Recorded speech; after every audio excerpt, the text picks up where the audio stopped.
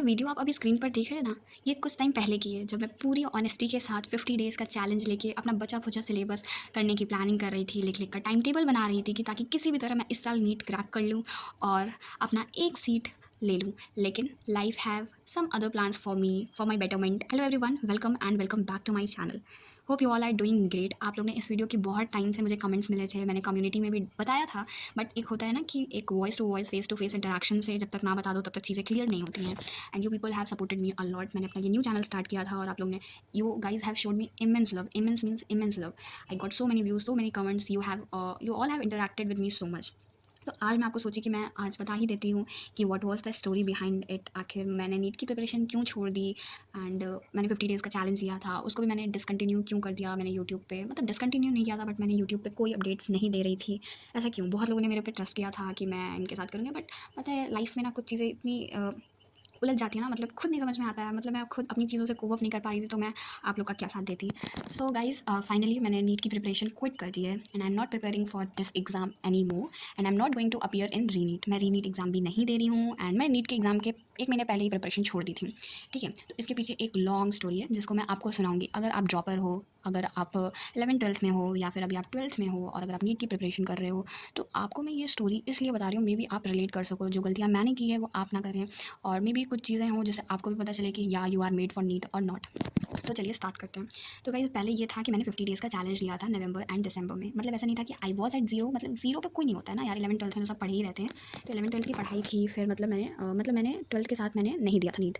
आप लोग पुरानी वीडियोस देखना, उसमें मैंने पूरी स्टोरी बताई हुई है। ठीक है, तो मैंने नीट नहीं दिया था और उसके बाद मैंने 1 साल का ड्रॉप लिया और फिर मैंने सोचा कि मैं नीट दूंगी। लेकिन उस नीट के एग्ज़ाम से पहले ही इतना कुछ हो गया कि मैंने उस नीट के एग्ज़ाम के लिए भी नहीं पढ़ाई की। तो रही बात ना, इसको मैं आपको एक स्टोरी से समझाती हूँ जिससे आपको ये चीज़ें अच्छे से समझ में आए। आप वीडियो को एंड तक देखिएगा, बहुत ही इन्फॉर्मेशन वाली बात बता रही हूँ। मे बी आप लोग भी जिस डेल्यूलू में रह रहे हैं उस डेल्यूलू से बाहर निकल जाएँ जैसे मैं थी। तो आप लोग जैसे 11th-12th क्लास में जैसे एंटर करते हैं, मैं भी 11th-12th क्लास में गई, मुझे नीट के बारे में कुछ भी नहीं पता था। I was not knowing, but हम लोग के स्कूल में ना ऐसे प्रिपरेशन होती है, NEET JEE and all this competitive examination.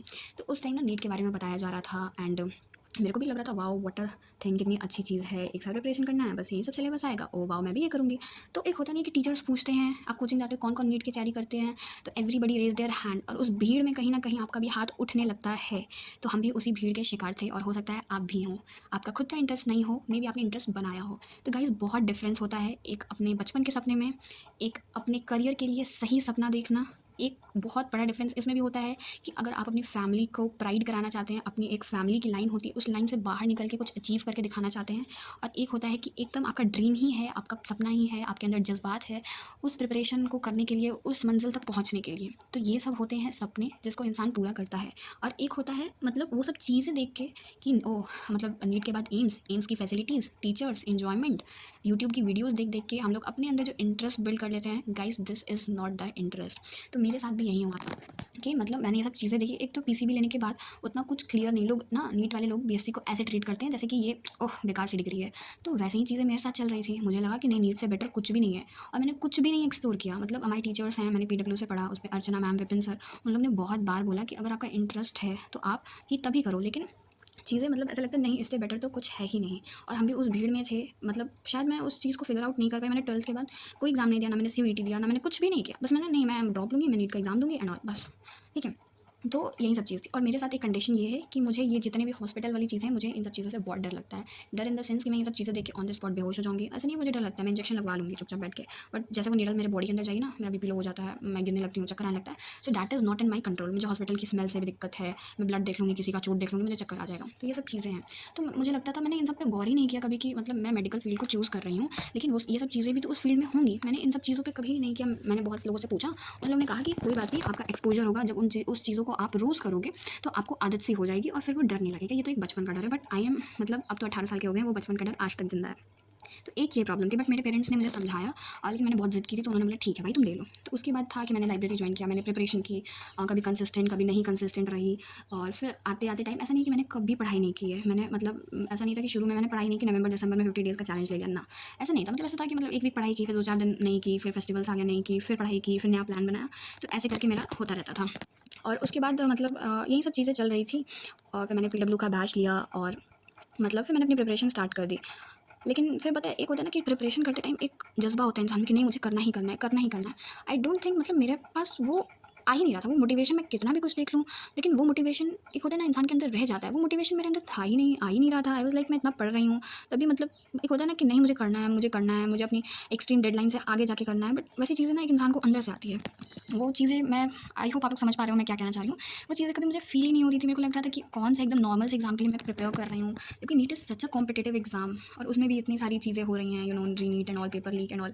तो मतलब मेरे को पता था 25 का पेपर हार्ड है, लेकिन वो एक सीरियसनेस मेरे अंदर नहीं आ रही थी। ऐसा नहीं कि मैं किसी क्लास में सीरियस नहीं थी, क्योंकि मैंने हर क्लास में अच्छे से पढ़ाई की है। मैंने ऑलमोस्ट 10 तक सारे क्लास में 90% के अबव स्कोर किया है। Not showing the pride, but मैं आपको बता रही हूँ। बस 11th में मेरे परसेंटेज समथिंग 87-89% कुछ थे, और 12th में 75 समथिंग थे, क्योंकि 12th में आई डोंट नो फिजिक्स के पेपर में क्या हो गया था, जी एडवांस के क्वेश्चन भर दिए थे, कुछ ना कुछ होता रहता है।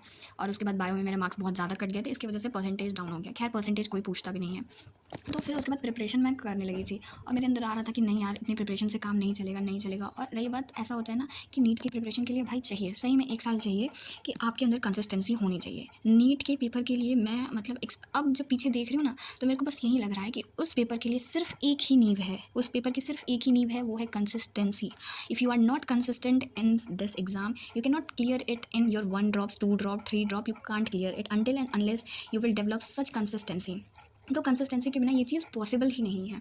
तो मतलब फिर मैंने नवंबर दिसंबर तक मेरे को रियलाइज़ हुआ कि मतलब मैंने टेस्ट सीरीज़ वगैरह भी ली, मैंने वीडियोज़ डाली, आप लोग देखना, ठीक है। तो मतलब मैंने टेस्ट सीरीज़ भी ली, और फिर मेरे को लगा, मैंने टेस्ट शुरू के टेस्ट मिस किए, फिर मुझे लगा कि नहीं अब सब कुछ अलाइन करना होगा, अब टाइम आ रहा है। मतलब मैंने ना पहले नवंबर दिसंबर तक प्लान किया था कि मैं सब कुछ कंप्लीट कर लूँगी।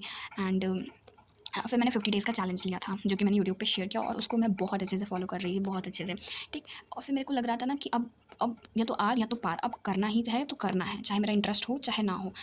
उसके बाद मैंने मतलब अच्छे से पढ़ाई की 20 दिन, मतलब मैंने सब कुछ अलाइन कर लिया, मैंने मॉक्स देने लगे, मैं अपने सिलेबस को टाइमली कंप्लीट करने लगी। और उसके साथ मैंने एमटीजी के पीवाईक्यूज़ लगा लिए, फिजिक्स के क्वेश्चंस लगा लिए, इंपॉर्टेंट चैप्टर्स जो थे ना जिससे ज़्यादा वेटेज वाले थे, मैंने सब पढ़ाई कर ली। लेकिन 20 दिन के बाद मेरे अंदर एक फीलिंग आ रही है कि मैं क्यों कर रही हूँ ये सब, मतलब एकदम, मतलब मैं मतलब अपने घर पे मैंने शेयर कर दिया कि मतलब अब मुझसे नहीं हो रहा है, मैं नीट वीट नहीं करूँगी, क्योंकि मेरा इंटरेस्ट नहीं है। मेरे को ना उसके आफ्टर इफेक्ट्स लगने लगे कि मतलब मैं चली जाऊँगी, मुझे इन सब चीज़ों से डर लगता है। और फिर मतलब एक रियलाइज़ेशन होता है कि मेरा कभी इंटरेस्ट था ही नहीं इन चीज़ों में। और फिर मुझे लगता है कि मैंने सिर्फ यूट्यूब की वीडियोज़ देख के, एम्स ऋषिकेश की वीडियोज़ देख के अपने आप को मनाया है। मेरा तो इंटरेस्ट है ही नहीं इन सब चीज़ों में, मैं क्यों कर रही हूँ ये सब? और उसके बाद मतलब मेरे को रियलाइज़ हो रहा था, मतलब एकदम मैं इतना रो रही थी, और मैंने एकदम मतलब मेरा सिलेबस 70% हो गया था गाइस, 70% में हाईली वेटेज टॉपिक्स मैंने कंप्लीट कर लिए थे। और उसके बाद मैंने अपने घर पे शेयर किया कि मुझसे अब ये सब नहीं होगा। तो मेरे घर वालों, क्योंकि मैंने बताया उन लोगों को कि मुझे इन सब चीज़ों से डर लगता है, और मतलब अभी 5 साल के आगे और पढ़ाई है, मैं इतना कंसिस्टेंट नहीं रह सकती हूँ। I respect this profession guys, इसमें बहुत मेहनत करनी पड़ती है, लेकिन शायद मैं उस लायक नहीं हूँ इन द सेंस कि मतलब उतना प्रिपरेशन करने का कैलिबर मेरे अंदर नहीं है। शायद मेरे लिए लाइफ में कुछ और प्लान्स होंगे, और मेरा इंटरेस्ट मल्टीपल चीज़ों में है, और मैं सिर्फ एक चीज़ पे फोकस करके, क्योंकि नीट इज़ समथिंग जिसके साथ आप सब कुछ नहीं मैनेज कर पाते। बहुत से लोग कर लेते हैं, लेकिन ये जर्नी बहुत डिफिकल्ट है। शायद मैं जिस रास्ते पे चलने जा रही हूँ, वो रास्ते में अभी जितने कांटे हैं आगे उससे ज़्यादा मिलेंगे। इसलिए मैंने ये सब सोचा कि मतलब मैं ये सब क्यों कर रही हूँ। मैंने बस यूट्यूब की चीज़ें, भाई कोई भी अपना कंटेंट बनाता है वो पॉजिटिविटी दिखाता है। मैं ही 2-3 महीने से वीडियोज़ चाहती, तो अगर मुझे सिंपैथी चाहिए होती, मुझे सब्सक्राइबर्स चाहिए होते, मैं रो धो के वीडियो डालती, आप लोग देख के मुझे सब्सक्राइब कर देते, सिंपैथी दे देते। लेकिन नहीं, कोई भी अपने चैनल पे नेगेटिव चीज़ नहीं दिखाता है। और मैंने बहुत सारे मतलब पोस्ट डाले थे, आप लोग ने उसमें पूछा था, मतलब वोट्स इस पे ज़्यादा मिल रहे थे। शायद मेरी ये वीडियो भी स्क्रिप्टेड नहीं है, मैं जो समझ में आ रहा है मैं वो बोल रही हूँ। तो लास्ट में मुझे बहुत रियलाइज़ हुआ कि शायद मैं मतलब 100% मतलब 70% मैंने प्रिपेयर कर लिया था। उस प्रिपरेशन के बाद मुझे रियलाइज़ हुआ, एक होता है ना कि रिग्रेट ना रह जाए कि मैंने तैयारी नहीं की। और आज भी जब मैं नीट के बारे में देखती हूँ, तो एक बुरा तो लगता ही है कि मैंने 1 साल उसके लिए प्रिपरेशन की थी एंड ऑल। फिर मैंने घर पे बताया कि नहीं मुझसे अब नहीं हो रहा है, तो my family is so supportive. उन लोगों ने बोला ठीक है, हम लोग को पता था कि तुमको इन सब चीज़ों से डर लगता है, तुम नहीं कर पाओगी, या फिर मतलब पढ़ाई से तुम कर लोगे, बट ये सब चीज़ें, तो मेरे घर वालों ने बोला इट्स ओके, बहुत से रास्ते हैं, बहुत कुछ है करने को, आप कर सकते हो। तो दे आर सो गुड। उन लोग ने मतलब मैं मतलब लिटरली मैं 1 हफ्ते से परेशान थी, मैं कैसे कहूँ उन लोग से, लेकिन मैंने जब कहा तो दे वर सो सपोर्टिव। तो गाइज़, अगर आप भी मतलब मैंने बहुत सी बातें हैं जो मैं इस वीडियो में नहीं कह पाई हूँ, लेकिन बहुत सी बातें अभी भी हैं। और अगर आपको कोई भी नीट की वीडियोज़ एंड कुछ भी चाहिए होगा, तो आप मुझे कमेंट कर देना, आई विल प्रोवाइड एवरीथिंग। बस यही है कि लास्ट में अगर आपका इंटरेस्ट हो, तो आप इस जर्नी में जाओ। मेरा पूरा इंटरेस्ट नहीं था, मैंने औरों को देख के ये इंटरेस्ट डेवलप किया था, और लास्ट में मुझे हिट बैक मिल गया कि no, you are not meant for this. और लास्ट में मुझे अच्छा स्कोर करने के बाद भी मुझे पता चला कि आई am not made for it. मुझे ये सब चीज़ें छोड़ देनी चाहिए और आगे लाइफ में मूव करने चाहिए, अपना ग्रेजुएशन दूसरे सब्जेक्ट से कंप्लीट करके और अपॉर्चुनिटीज़ को एक्सप्लोर करना चाहिए। Guys that's all. मुझे जो भी अपनी स्टोरी बतानी थी शायद मैं आप लोग को समझा पाई हूँ, because this is not scripted. तो मुझे जो भी समझ में आया मैंने आप लोग को बताया। और अगर आप भी ऐसे किसी सिचुएशन में हैं तो feel free to leave, feel free to choose what you love. और सच बताऊँ ना तो मुझे लास्ट में एक बहुत बड़ा सेल्फ रियलाइजेशन हुआ। बाहर से जो डॉक्टर वाली लाइफ इतनी चमक धमक वाली दिखती है ना, असल में उसकी रियलिटी बहुत अलग है। वहाँ सालों की वो तपस्या और जो मेंटल प्रेशर झेलना पड़ता है, मुझे समझ आ गया कि शायद मैं उस चीज़ के लिए बनी ही नहीं हूँ। और ये बात मान लेना कोई हार नहीं होती है। लोग कहेंगे कि पढ़ाई, आप लोग भी सोचोगे कि पढ़ाई नहीं की होगी इसलिए छोड़ दिया, पर सच तो यह है कि रियलाइजेशन लोगों को 3-4 ड्रॉप लेने से बचा देता है। और लाइफ बहुत बड़ी है यार, सिर्फ नीट पर ही दुनिया ख़त्म नहीं होती है। लोग को बहुत कुछ एक्सप्लोर करना चाहिए। कहीं गिरेंगे तो कहीं उठेंगे और तो कहीं सीखेंगे। हालांकि बीच में बहुत से लोगों ने मुझे अनसब्सक्राइब भी कर दिया। It's okay. मुझे जो मेरे प्यारे सपोर्टर्स हैं जो आज भी मेरी वीडियोस का इंतज़ार करते हैं, उनको बहुत सारा थैंक यू। और आप लोग ने मुझे इतना सपोर्ट किया मेरी शुरू की वीडियोस में। होप आप आगे भी मुझे ऐसे ही सपोर्ट करते रहेंगे। मैं नेक्स्ट वीडियो बना दूँगी कि मैं आगे क्या परस्यू करने वाली हूँ और क्या आगे करना है लाइफ में, अपने कॉलेज के एंट्रेंस एग्ज़ाम्स एंड ऑल सब के बारे में मैं आपको नेक्स्ट वीडियो में बता दूँगी। होप इस वीडियो में आपको मैं जो बताना चाहती थी और आप जो सुनना चाहते थे वो बात आपको पता चल गई होगी। और मैंने अपने चैनल पे अब कुछ न्यू स्टार्ट किया है जो मुझे अच्छा लगता है, वो सब चीज़ें। तो होप करती हूँ कि आप सब लोगों को वो वीडियोस पसंद आएंगी, आप लोग मेरे साथ रहिएगा। ऐसा नहीं है कि नीट तक ही हमारी जर्नी साथ थी, बट उसके आगे भी बहुत सारे हार्डशिप्स देखने हैं, तो उसमें भी आप लोग को मेरे साथ रहना है। Hope you all will love my content. So let's begin the new life, new शुरुआत करते हैं। And wishing you all the best to every one who are giving this re NEET exam on 21st June. Thank you and thank you so much.